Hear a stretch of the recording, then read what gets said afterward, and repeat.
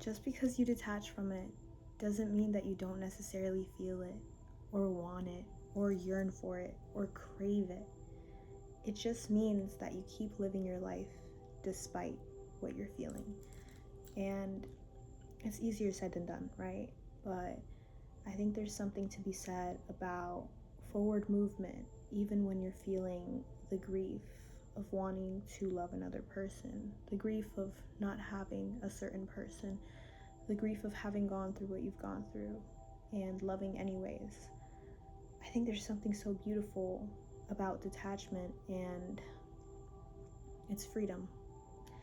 It's freedom for yourself, it's freedom for another person, it's freedom to know that even though, yes, you can want love for yourself, you understand that you still need to show up for yourself every day.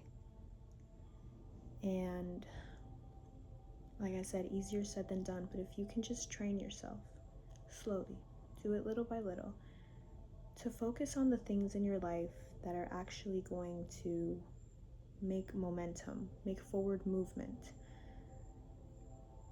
you'll start to get somewhere, because you're not only going to start working towards the things in your physical reality, but you're going to prove to yourself that even though you feel these things, you don't identify with the emotions, you don't identify with the attachments, the people, the places, or the things. You simply keep going. And I guess it's not simply keep going,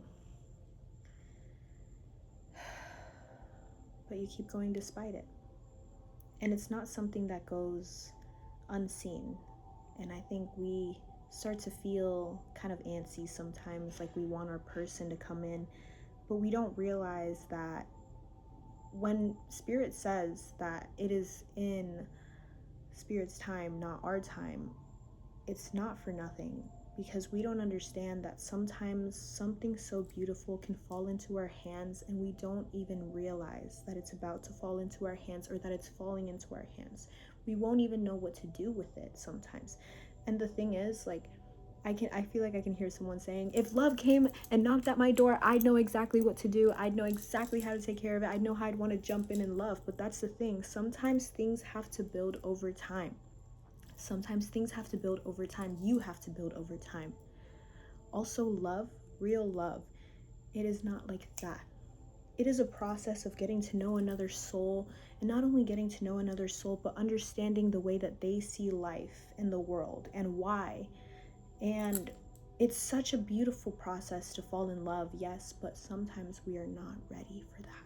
Sometimes we aren't ready to face our own demons. Sometimes we aren't ready to take on those of another soul. Because ultimately, when you are in love, you're not only facing yourself, because there are parts of yourself that you cannot work through some certain parts on your own. Yes, there's a certain amount of healing that you must do before you jump into a relationship, but at the end of the day, a relationship is just going to reflect back to you everything that you need to work on, and likewise for the other person.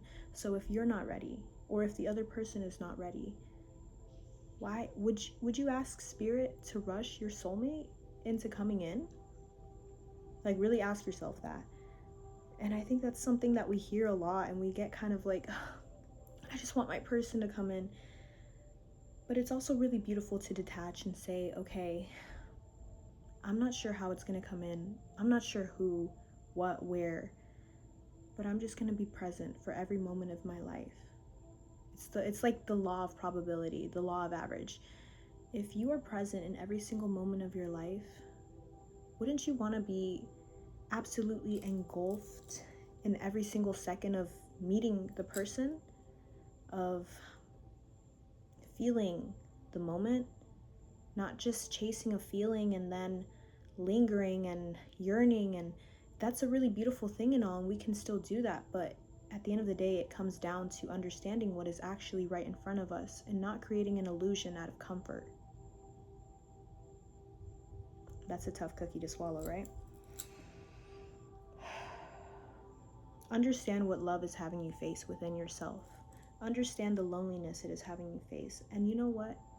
I understand the fact that it is not the same to be caressing yourself and hugging yourself and loving yourself sometimes as having a warm body doing it, but you can still do it for yourself. You can still hug your friends. You can still hug your animals. You can still love the people around you. Because when your person comes in, you think they're going to want to come in and see you in this lacking energy? No, that's going to feel draining. You need to feel whole, or at least understand that, yes, love is something that you crave. But at the end of the day, it's not something that you need in order to feel whole, because you have to create that trust within yourself, knowing that with or without this person, I am okay. And yes, it might hurt, but I always have myself to come home to at the end of the day. And that is everything. And that is fucking powerful. So yeah, all this to say, I will say I have been feeling this lingering energy of love, and it's like it's floating in the air. And I know that so many different like readers have also been talking about this, about how there's someone lingering around, and in due time they will. And I really feel like it's soon. But the only way that you're gonna allow this to come in is if you continue to focus on yourself, if you continue to focus on your path, if you continue to focus on your purpose and being okay with yourself. And once you find that peace within, you start to allow presence to take over your body in every single moment. And you can find the love in the mundane. And when you see that, it's so beautiful. Because you not only see the beauty within everything around you, but you start to see it within yourself, and you start to understand that the things that you're looking for in another soul are actually within yourself. That love that you're craving, that is something that you are capable of giving. And that is why you crave it so badly. And you deserve that. But you deserve giving yourself that love first. And giving from an overfilled cup. Isn't that so beautiful?